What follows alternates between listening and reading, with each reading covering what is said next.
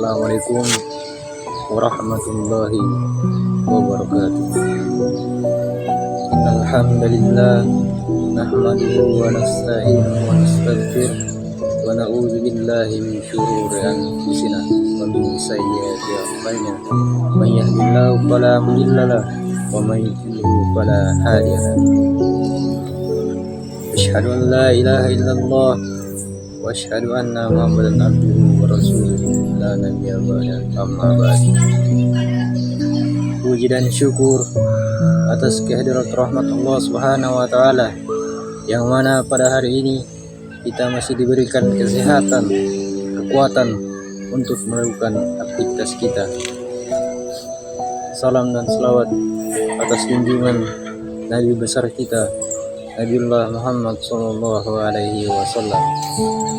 Ialah Nabi yang telah membawa kita dari alam kegelapan menuju alam yang terang benderang. Pada kesempatan kali ini saya akan membawakan hukum singkat yang berjudul senantiasa beribadah kepada Allah Subhanahu wa taala. Hadirin yang berbahagia, marilah kita meningkatkan ketakwaan kita kepada Allah Subhanahu wa taala dengan senantiasa menjalankan perintah-perintahnya dan menjauhi segala larangan-larangannya. Tujuan utama manusia diciptakan adalah untuk beribadah kepada Allah Subhanahu wa taala. Allah Subhanahu wa taala berfirman, "Wa ma khalaqtul jinna wal insa illa liya'budun." Aku tidak menciptakan manusia dan jin melainkan agar mereka beribadah kepada Allah Subhanahu wa taala.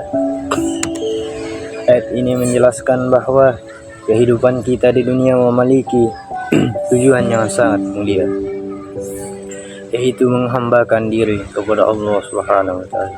Oleh karena itu, setiap apa yang dilakukan dengan niat ikhlas dan sesuai dengan syariat dapat bernilai ibadah di sisi Allah. Ibadah tidak hanya terbatas pada sholat, puasa, zakat, dan membaca Al-Quran. Belajar dengan bersungguh-sungguh, bekerja dengan jujur, membantu sesama, saling menghormati, saling membantu, saling menghargai, serta berbakti kepada orang tua juga termasuk ibadah di sisi Allah Subhanahu wa taala apabila kita mengharapkan ridha darinya. Rasulullah sallallahu alaihi wasallam bersabda, amalan yang paling dicintai oleh Allah Subhanahu wa taala adalah amalan yang dilakukan secara terus-menerus walaupun hanya sedikit. Hadis riwayat Bukhari dan Muslim.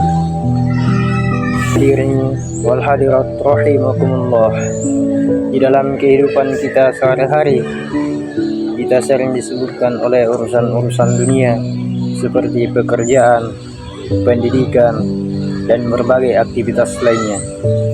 Namun jangan sampai kesibukan tersebut membuat kita lalai, membuat kita lupa akan kewajiban kita untuk mengingat kepada Allah Subhanahu wa taala. Luangkan waktu kita untuk beribadah kepadanya, karena keberkahan hidup kita bukan hanya ditentukan oleh harta atau kesuksesan kita, tetapi juga kedekatan kita kepada Allah Subhanahu wa taala. Sebagai kesimpulan dari saya, marilah kita menjadikan ibadah sebagai kebutuhan hidup kita, bukan sekedar kewajiban. Ketika hati selalu dekat kepada Allah, insyaallah hidup akan terasa lebih tenang, penuh syukur, dan dipenuhi keberkahan. Semoga Allah Subhanahu wa taala menjadikan kita hamba-hamba yang istiqomah dalam beribadah, diberikan keikhlasan dalam setiap amal, serta diwafatkan dalam husnul khotimah. Mungkin cukup sekian dari saya, kurang dan lebihnya mohon dimaafkan. Wabillahi taufiq walhidayah. Assalamualaikum warahmatullahi wabarakatuh.